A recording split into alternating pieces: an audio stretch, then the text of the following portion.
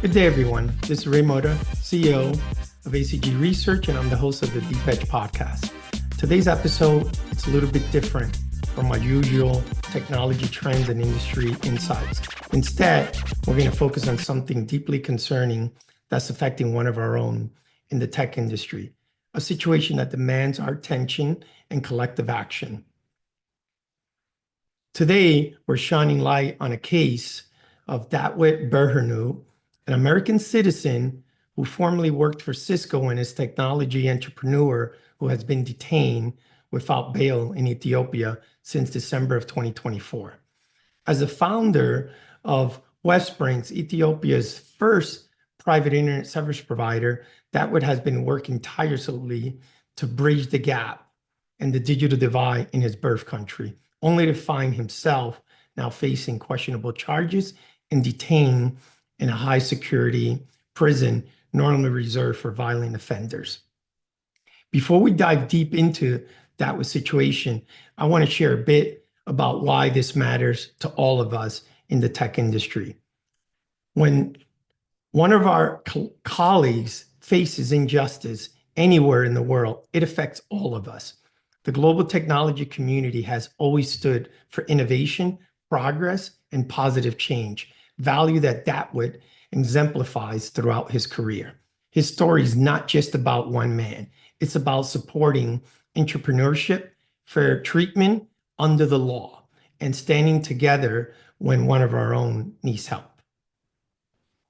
Now, if we dive into Dawit's background, for those that don't know him, Dawit's an accomplished technology leader with an impressive career spanning over 2 decades. After earning his master's degree and 16 years working at Cisco in product development and marketing for the service provider space, in 2016, he made a courageous decision that many of us honestly would admire. He left a high-paying career in a high-paying position in the US to return to his birth country of Ethiopia with a vision to make a difference. He wanted us and wanted to use his expertise, his experience, his access to American technology to help bridge the gap in the digital divide in Ethiopia. The result was Websprings, which became Ethiopia's first private internet service provider. Licensed by Ethiopia's Commission Authority under Dawit's leadership, Webspring developed and deployed over 3,200 kilometers of fiber optic infrastructure throughout the region, connecting approximately 400,000 homes and building high-speed internet. The country employs about 110 people directly and supports the livelihood of hundreds of more that are contractors or partners. Now, if we get into the situation and the current situation, on December 25th, 2024, Dawit was arrested the following day. The Ethiopian Ministry of Justice filed multiple charges against him, Webspring, and other company officials. The charges were including tax evasion, customs violation related to software imports, and money laundering. What particularly is troubling here is that these charges stem from an investigation and an investigative audit that hasn't even been completed and done its due process under Ethiopian law. In fact, Webspring had already appealed the audit findings to the proper authorities, and that appeal was still pending when Dawit was arrested. Even more concerning is that Dawit has been denied bail multiple times and is being held in Abba Samuel high security prison normally reserved for violent offenders. He is reportedly the only prisoner facing financial charges, with most other inmates being foreign nations accused of violent crimes. This is not a good situation. Meanwhile, Webspring's assets have been frozen, preventing the company from any normal operations. This puts at risk not only the livelihood of hundreds of employees and hundreds of contractors and partners, but also the internet service that relies upon by thousands of Ethiopian citizens and business. Now, why did this matter? Why bring it to our attention? When I look at the tech industry has always been about breaking down barriers and creating opportunities for people around the world. That way, it exemplifies that spirit. He left a comfortable opportunity and a comfortable security in the United States to bring technology and investment to Ethiopia and invest in his knowledge, his resource, and passion to help connect the unconnected. And if we look at companies like Microsoft that value Westspring's mission by awarding the company to 250,000 throughout their airband initiatives to expand broadband access. And USD similarly granted Westspring's $500,000 throughout the digital investment in a 2025 award to build internet gateways that would enhance competition and reduce the cost of Ethiopia's internet service and ecosystem. If entrepreneurs like Dawit cannot count on fair treatment and due process when investigating in developing countries, it would have a chilling effect on technology transfer and investments in this region, ultimately hurting the very people who stand to benefit the most from this digital inclusion. So what is the call to action? If we look at where we are, right? This is as a member of the global tech community needs to step up in this case. Dawit needs our support. And there are several ways that we can help. I mentioned earlier, the first part is we can create awareness. We can raise awareness about the situation throughout your professional network, or whatever platform you have. You can connect to your local officials or elected officials, especially US senators, to advocate for diplomatic intervention. And number three, engage with industry associations to bring a collective pressure to bear market and share information about his case on social media using hashtag free Dawit Berhanu. And I'll put the name of the link below. In today's episode, we're going to be speaking to the family members and colleagues of Dawit to learn more about what kind of person he was in the precise circumstance of his detention and how we can effectively advocate his release and at least ask for a fair trial. Now, let me be clear, and I want to make sure I'm clear at this. This is not to criticize Ethiopia as a country, and no company, whether Cisco that we mentioned, those are just former, has anything to do with this. This is independent tech industry people trying to get together to help each other. And it was admirable when they all reached out to me to see if we can create a platform and just create awareness. Dawit himself remains deeply committed to Ethiopia development. That's why he left a successful career in the US to develop and work in Ethiopia's future for that. This is about ensuring that one of our own receives a fair treatment and due process. And his company, which is improving vital infrastructure in Ethiopia, can continue its important work. So now let's bring our guests that we have going in. And now we have joining us as part of this podcast, we have Ken Gray, who's a former colleague of Dawit from Cisco. And we're fortunate enough to have Dawit's brother, Solomon, joining us. Hey, gentlemen, thanks for joining the podcast. Great to be here, Ray. Thanks for having us. Yeah, no, it's unfortunate that we have to have this, but I think it's important to have this call to action. So maybe Solomon, from a family perspective, right? Could you tell us a little bit about Dawit as a person, his character, his value, and what motivated him to return back to Ethiopia and start up his company there? Thank you, Ray, for having me. Dawit is a very hardworking, very intelligent, very disciplined person. He is very much liked by the family, by his relatives, and by his friends. Dawit has a very limited personal needs. The only think he has unlimited. The only thing he has unlimited demand is to grow and expand in his career. That is why he moved to Ethiopia. After working for 16 years at Cisco, he moved to Ethiopia in 2016.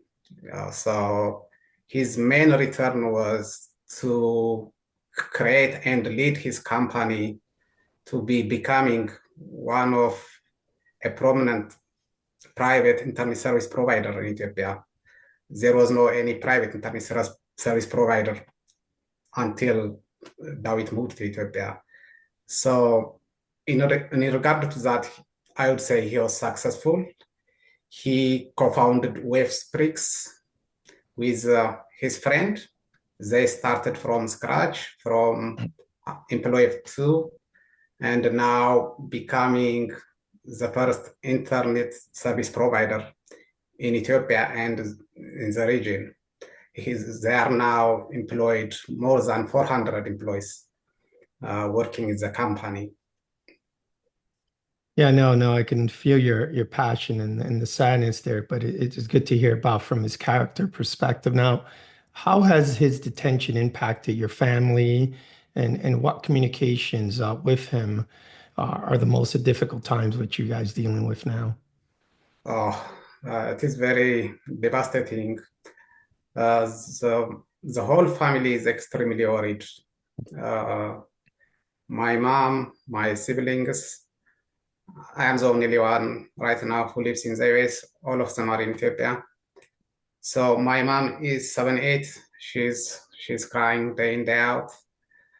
We had no, this is the first time a family member is arrested, and we had no prior experience how to deal in this kind of situation.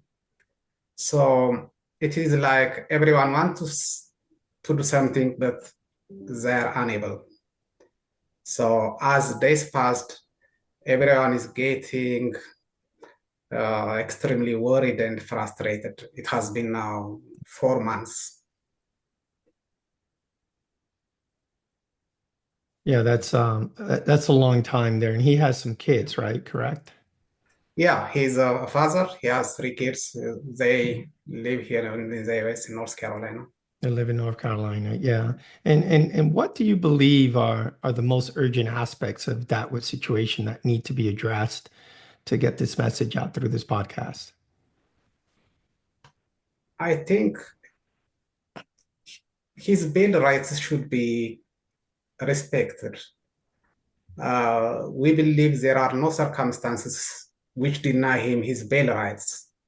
Not only that, we believe Dawit didn't commit a crime which puts him in jail in the first place. So this should be addressed. But even before that, Dawit right now needs medical attention. He's suffering with toothache. And for this matter, my brother is communicating with the US Embassy in Addis. And they told us they are working with the Ethiopian government to facilitate. But still, there is no any meaningful result. In addition, food is also additional problem. Family is allowed only to visit only 3 times a week. For the reminders of the week, Dawit relies only on dry, non-perishable foods like protein bar, dates, etc. And this should be also this also requires an immediate attention, I think. Mm-hmm. Yeah, no, I mean it's good because I will say when some of the former colleagues contacted me, Ken and the rest of the group, there was no hesitation. So you receive certain support from the community, right? So I'm hoping that that's helped at least a little bit moving forward. But what more do you think is needed, right, from the tech community and the US government at this point? I would like to thank all his friends from Cisco. Ken, Yeva, Len, everyone. They are as concerned as we as a family are. They are actively involved in this campaign from the beginning, and which means a lot to us. So I would like to thank them again. When it comes to the US government, I don't feel we get enough support. Mhm. Of course, some senators were responsive, especially Senator Tom Tillis and Senator Ted Budd. At least they expressed their concern. The Senator Tillis office told us they will communicate to the State Department, Mhm. and Senator Budd had also contacted the US Embassy in Addis. Mhm. But still there is no any meaningful result. So we are not asking the US government to help some criminal to get out of jail, but we are asking to pressure for Dawit to get a fair trial. I strongly believe myself that if he gets a fair trial, he will be free. Right. Yeah, no, I think this is good. And I mean, I think one thing, this becomes at least a stepping stone to create more awareness in the industry, and because it might just be awareness perspective at this point. Yes. And one thing about the community that I took in is, we all usually come together in situations like that if we see a matter of injustice. And the first thing I did when they contacted me was review the report, review the situation, and we do agree that it's something unfair going on, and all that's what we're asking for at this point.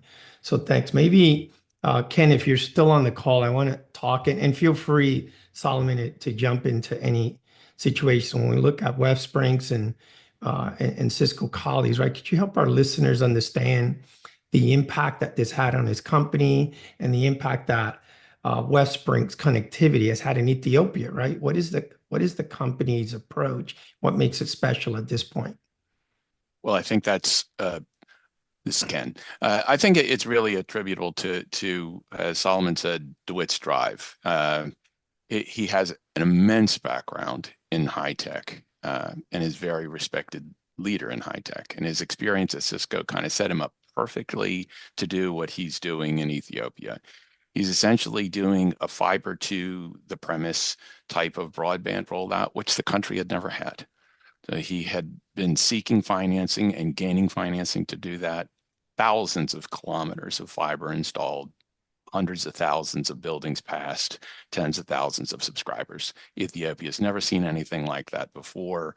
If you take someone as smart as DeWitt, who has his sort of background and his technology know-how, that he developed first working with his colleagues like myself in Cisco routing way, way back. I mean, I met DeWitt when he first came over and started working at Cisco Systems. He's built up that knowledge of how to operate a scaled network, something that could be a country-sized network or larger, and all the technical problems you might encounter in that. He just brings all that experience right there into Ethiopia. And then he worked in advanced services at Cisco for a while, which is all about how to automate operations, how to modernize operations. So you get this guy with this experience and the connections that he has in the industry to do that. And essentially, you're going into a developing nation and putting in what looks like a startup, a thoroughly modernized startup to provide broadband services, everything from the delivery through web-based subscription and that sort of stuff. So it's almost like, a bomb going off Right. in the middle of the country. Before that, they had a national mobile carrier, and that was it. So it's quite disruptive, and for that reason, he was really successful.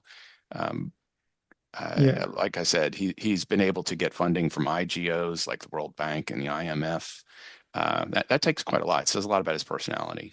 Yeah. And he's a very engaging and very convincing individual. You probably have gathered that just from the number of people who are trying to reach out on his behalf, Yeah. that he's befriended through his whole career. Yeah, no, this is good, Ken. I mean, I think it's good. Now, I think some things about too is about his leadership style and vision, right? Help shape this company. And he's doing this, I think, for all the right reasons we talked about, right? Initially, it isn't motivated because he could have just stayed here and done extremely well. I mean, could you elaborate on some of the points there? Yeah, I think, well, as a longtime Cisco employee, I mean, a great job, a tech leader there. He obviously didn't move to Ethiopia to get wealthy. If he had Right. continued here, like many of us in tech, he could have just rode out his career here and done well for himself, already doing well for himself. Since I met DeWitt way back, 1995, uh, he's been talking about Ethiopia. When we first started working together, he was talking about Ethiopia and his background. So he's always had a fondness for his home country. But uh, he's doing what many of us in the tech industry have talked about, as particularly as we've matured in the industry, about contributing back and helping developing nations cross the digital divide. Trying to bring parity, throughout the world through information technology. And he really believes that. If you see him speak, there's videos of him on YouTube talk about his company and what they're trying to do. Very motivational, and he believes that. And so here you have a guy who is really sacrificing a future here to develop a future there and to contribute there. It's what we talk about doing all the time in this industry. He did it by all the rules. He waited until there was available licenses, until the country was going to open itself up to development, which happened in the mid 2013, 2014, that sort of thing. That Ethiopia started to open itself to development and granted the first license, and he jumped on that license and just ran with it. And to have that come apart after about a decade in this manner, particularly when the business is successful, says a lot about the whole idea of doing this, right? Where things can go wrong, even no matter how altruistic you are, how good you are at your job. There's things outside of this that we just can't control, and that's the disappointing part of this. Not just the personal part of it, but the implications to the developing world, as far as people willing to do this sort of thing with their lives and to run into this sort of outcome is devastating, I think. Yeah, no, I agree. I mean, what has happened to WebSpring's operations since that was the detention, freezing of company assets? Well, it's frozen, right? I mean, you freeze the assets. Yeah, You can't expand the business any Okay. further. You can't dig. You can't build. Right. You try to maintain the business as you can. They try to maintain payroll, but of course they'll eventually run out of money. Yeah. And we were even concerned, for instance, about the maintenance of the domain name itself, which expired while Okay. DeWitt was in prison. Ultimately, it was one of the things that auto paid that the government hadn't actually shut down. We're still trying to figure out whether somebody paid that with their credit card or whatever, Right. and it came out of an account that wasn't shut down. But it's even the little things like that, Ray, that the business could fall apart at any time. And obviously, if you're not paying your employees and you run out of money, eventually operations just run dark, right? You can't subscribe. You can't turn on new subscribers. You can't do anything. You can't even pay your bills for the information technology infrastructure that it takes to support a cloud delivered type of company. And that ultimately is what will happen.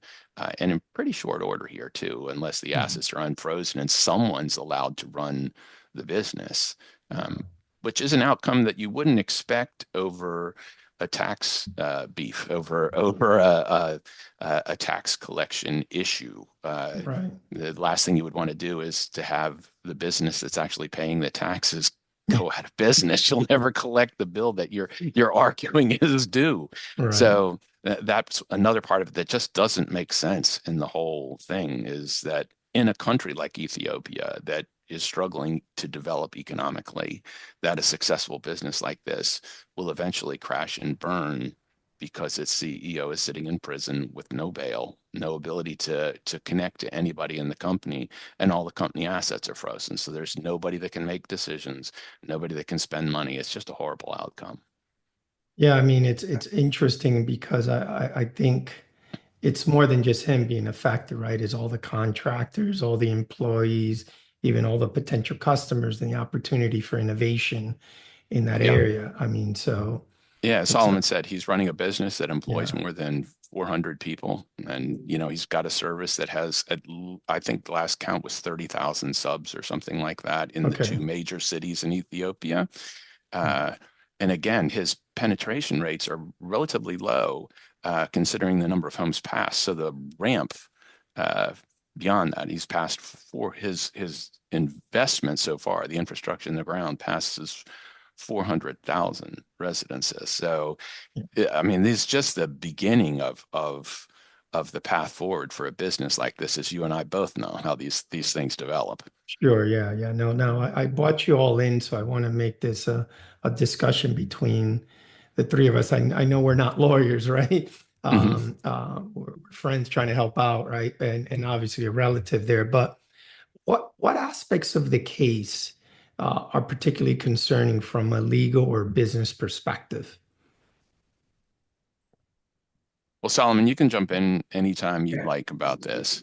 Yeah, I think this is very concerning because this all happens before even he's convicted. There is no any conviction so far. So he's just a suspect. So with all this, they froze all their bank accounts. They couldn't do any meaningful operation right now. And also, they don't allow Dawit to designate a representative to lead or in some aspects of the company. So this is the case. And the other thing is, when it comes to the bail right, his lawyers tried everything they can. Under the Ethiopian law, a crime should not be filed before before the investigative due process is completed. Mhm. Still, the audit investigation is still underway. The company has appealed for the audit investigation, and they didn't get answer for the appeal. So that is something the lawyers are very frustrated Mhm. because under the Ethiopian law, if you appeal for, basically this should be a civil case normally for tax disputes. But if there is any appeal, that appeal should be addressed before a criminal charge should be filed. Right. And this is not his first rodeo either, Okay. as far as this goes. I mean, there was again, this is the development of a new industry inside of Ethiopia. So they really All right. didn't have a lot of grounding on how to handle a non-governmental entity being an ISP. And so back in 2020, they had an issue with WebSprix around licensing, software licensing, and maintenance agreements for software that were never before even addressed inside the company, inside the country, rather. They had, there's many different entities, financial and such, that use that sort of software. But in the case of WebSprix, they decided they wanted to levy some sort of tax against it, and they put forward a tax case against them, saying, "Hey, you owe us money retroactively from 2019 back to when the company started, which was 2017." To essentially pay this levy, but they didn't know how to even classify the levy. And so there was this whole process, as Solomon was describing. There's this whole process that you go through where their auditors come in and say, hey, U.S. taxes on this, your auditors, and of course, this is a professionally run company. They have an independent auditing firm who represents them, looks at it, and they arbitrate, okay, did we pay taxes? Here's our books. And if there was a tax here that we missed, then we'll pay with a penalty or what have you. And they can even appeal those results up to like 3 levels in the court system before it actually reaches the point where the court can charge anyone with a criminal offense of trying to avoid paying taxes. And so he went through this in 2020, and they actually finally agreed, funnily enough, that the software licenses are actually a royalty. So originally they wanted to bill him like 15%, and eventually the tax bureau came back and said, no, it's actually a royalty and it's only 5%. And so he paid that tax, and he paid it retroactively, and he settled it. So they come back in 2024 and say, hey, from 2017 to 2022, you owe a value-added tax on income related to these things, which is interesting in and of itself because he'd already been audited for 2 of those 5 years. So something suspicious there. And he was supposed to go to the very first meeting, which is, okay, here's our auditors, our independent auditors, show us your audit and where this money comes from. And he got arrested. Yeah, just to add with what Ken said, until 2020, there was no any custom tax specifically to software license and support documents. Right. So in 2020, they come up with a charge for Westbricks to pay, but when they charge them, they retroactively apply for the years 2017 to 2019. Then Westbricks appealed, no, we're not supposed to pay, for which there was no any tax code. And the classification was at that time, it was a technical service charge. That's what they called it. And there was no any technical service charge description until 2020. Then after they reviewing the appeal, they changed the name and reclassified it as royalty tax. There is a royalty tax but for other things, it applies for other things, not for software. So they come up from 15% to 5%, and they reclassify the name. By that time, they had no option. They paid with interest and penalty. But now when they arrested him, they filed these charges also. They are paid and settled. But I think the other thing that's interesting here, Ray, is that Dawit is no stranger to the government. Beyond the actual tax negotiation, which would be normal for any corporation, right? This happens in the U.S., so I wouldn't say that's abnormal. Getting arrested when you're going to tax arbitration is the unnatural part of the whole thing. Right. Dawit also is an advisor to the government.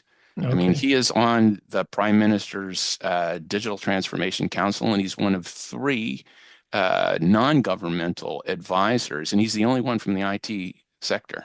So all of these issues, he's really conversant in. He knows and he understands the people he's dealing with. He understands the entities that he's dealing with as well. So it's not like this is some anonymous guy. As an entrepreneur, he went all in Ethiopia, right? Including participating and advising the government on the very thing that he's supposed to be doing. So I don't know where you can go with that. I mean, I think one thing to make sure we come across is because is we have to make sure we don't compare this to the U.S., right? Because when you look at other situations, each country has their laws, and when we go there, we have to follow their laws, right? From that, what we might not think it's right here, like spitting gum on the street, you might be treated differently some other countries, right? Absolutely. Or something like that, right? But maybe Solomon, can share color, because I don't know in situations like this, right? Is it atypical, or is this a typical treatment of Dawit, on receiving this tax dispute in Ethiopia? Because I don't know if this is a typical situation that, well, everybody go through this, or no, this is an anomaly that we need to address, what you say, if you could both elaborate on that. Yeah, I think we believe he is treated differently. Okay. Especially, for example, when the case we discussed for the custom tax, other IT companies it was with WebSprix the Mhm. first time charged to pay a custom tax with WebSprix, but after WebSprix they apply to other IT companies. Right. But for example, one IT company they protested, no, we are not supposed to pay retroactively. Then they went to court. Then they won. They didn't Mhm. pay. Nobody is arrested. Mhm. So there is a different treatment here. That's why we are concerned. Still, so far, there is no any CEO who is arrested related to this civil Okay. charges. Yeah. Yeah, no, and that's why when like Ken reached out to me, that was the first thing I said, is this atypical? Because I don't know. And you said, no, absolutely not, right? You know, And yeah, just his detention, and he's essentially in a high security, criminal offenders facility, wow. for a tax beef. And So he's Solomon with was like real criminals and all that. Wow, wow, absolutely, he's wow. he's with real criminals, Yeah, and Solomon was describing some of the conditions in the yeah, prison. Uh, yeah, it's again, it seems kind of unusual in right. and of itself. The Right. other aspects of it are that he's denied bail. He had three bail hearings, and they were denied each time, on a number of different uh, reasonings, most of them being there's too many charges, or we can't sort out these charges, so we're just going to wait until he gets a hearing. So he had no bail. And then his hearing has been punted 5 times. So every time he gets a court date, he shows up with his lawyer. By now we have the embassy in tow. Took a little while to help the family get, the government engaged here. And the ministry, our local embassy shows up, and his here. It looks like we lost Ken there's Solomon. So maybe what we'll do is if you could send them a text, and we'll continue with you there from that side of it as we look in this particular case, right? I think what I'm concerned about, right, Yeah. is what precedent does this set for other entrepreneurs or businesses considering investing in development countries, in that size. So it's concerning, right? So it's unfortunate, but maybe I know I've taken a lot of your time, right? Is what specific actions would you support, or think that the industry from the tech could provide some support to addressing this situation and stuff? Any suggestion there? Um, yeah. So just to add on the first one, it will discourage for any new investor to go to Ethiopia uh, if they treat an entrepreneur of like Dawit the way they did. So yeah, I believe it has a very consequential effect. When it comes to the tech industry, here in the US, his colleagues tried as much as we did. They did everything they can. So I would rather uh, ask the government, the US government, to to see the cases in detail and for him to get a fair trial.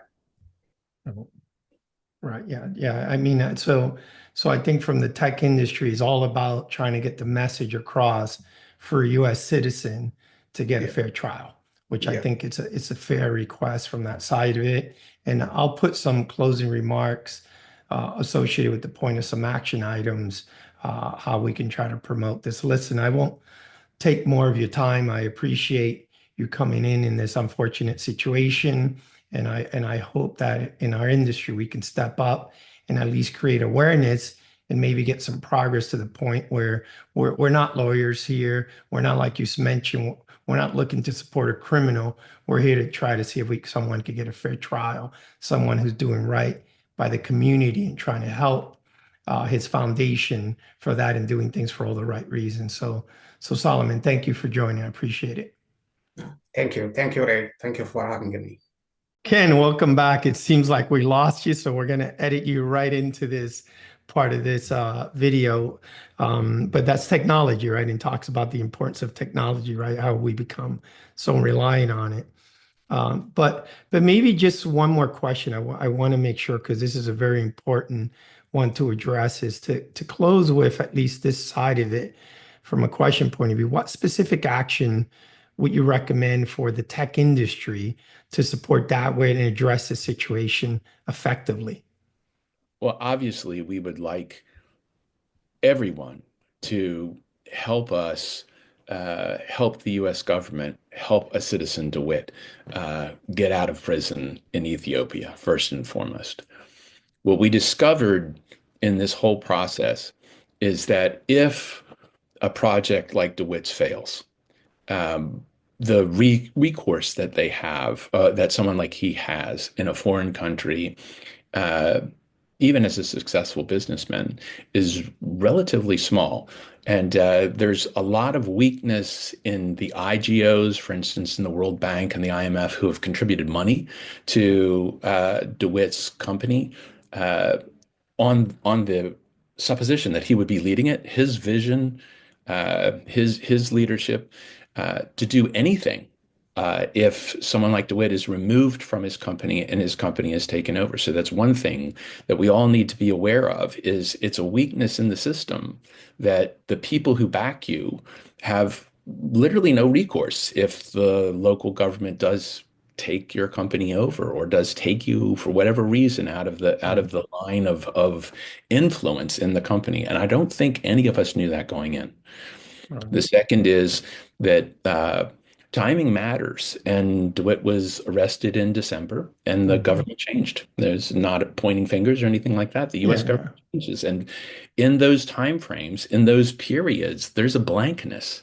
DeWitt has been in prison for 4 months, and 3 of those months were essentially a new administration coming up to decide how to deal with Ethiopia. And so all of these entities that we would rely on are all trying to figure out what to do, just like we are. And so collectively, we have to figure out what to do in a situation like this, not just to extricate DeWitt, but to prepare the community if we want to do things like this, if we truly believe in crossing that digital divide and giving our time and our money and our expertise to the developing world, giving back like DeWitt wanted to, that we're more prepared and have better levers to help someone like DeWitt when he gets in trouble like this.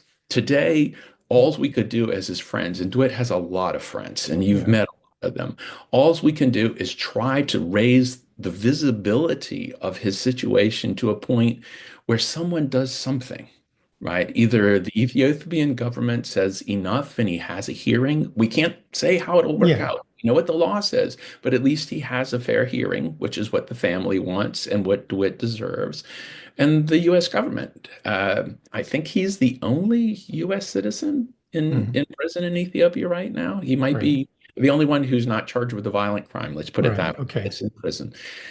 So, I mean, it's hard to say exactly what they can do, but at least if we as a community raise our voices and say, hey, what's going on over here? This guy seems like he was a pretty good guy doing a thing we all say we believe in, including the US government, including the Ethiopian government, including our community. What's going on over here? And, what can we do to just settle this? Whatever it is. That's what DeWitt wanted to do in the first place. If it's a tax thing, we settle this with auditors. Exactly. And let's fix it. Right. Yeah, exactly. Right. And really, we're talking about amounts that are not unsettlable. Yeah, I mean, exactly. Right, yeah. this is a developing country. The amounts that they're talking about are not that Yeah, astronomical. yeah. So, no, this is good. This is good, and I'm glad you came back on and we're able to communicate. So, I'll put in some action items at the end in addition to this. But Ken, thanks, and I think your passion and the rest of the other people, Lane and the other folks involved, it just shows the kind of character that he is. I Moving can't forward tell here. you how good a guy DeWitt is. All Yeah, the yeah. people that have befriended him throughout his whole career, we're just stunned. Yeah. Well, thank you, Ken. I appreciate it. And stay tuned, I guess, at this point, right? So, yeah. Thank you too, Ray. Now, as we conclude today's episode, I want to thank our guests for sharing their insight and perspective on Dawit's situation. It's clear that this is not just about one entrepreneur and one company. It's about principle that matters to all of us in the tech space, in the tech industry. Fair treatment, due process, and supporting those who take risk to bridge the digital divide. Dawit has dedicated his entire career to making a positive difference.